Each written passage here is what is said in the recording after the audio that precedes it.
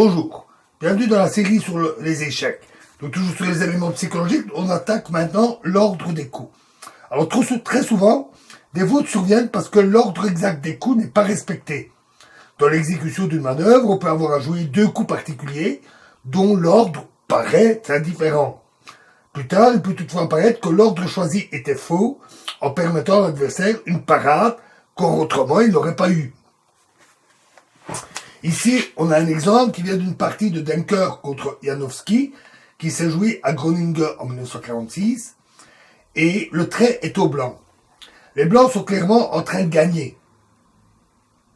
Ils ont une pièce de moins, mais pour 3 pions, 4 pions même, et leur position est très forte sur l'attaque sur le roi. Après, tour prend B7, échec. On aurait dame prend B7, cavalier prend B7, fou prend fou prend A5, et alors cavalier prend A5. Ils ont eu 4 pions en échange de la qualité, donc tour pour cavalier. Et 2 pions passés liés très forts. Mais au lieu de ça, ils ont choisi un autre ordre pour leur coup. Donc, remettons les pièces.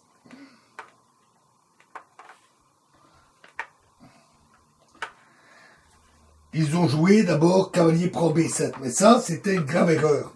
Évidemment, ils comptaient sur fou prend la dame, suivi de cavalier prend A5, échec, suivi de cavalier prend C6, ce qui aurait été même encore meilleur. Mais leur attente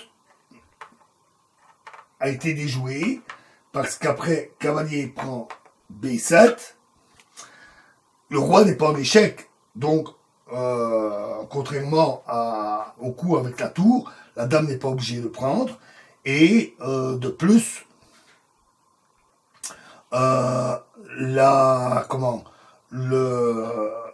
les noirs peuvent jouer tout autre chose. Et effectivement, ils jouèrent tour prend G2, échec.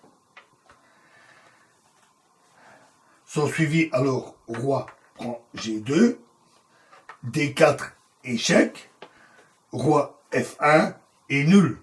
Car il reste, parce qu'on aurait une répétition des coups sur les meilleures réponses de part et d'autre. Dame H1, échec, roi E2, ou ici tour E8, échec, roi D1, donc dame E4, échec, c'est le meilleur, roi F1 et dame H1, échec, etc., c'est nul. Et nous verrons un autre exemple dans la prochaine vidéo. Je vous remercie.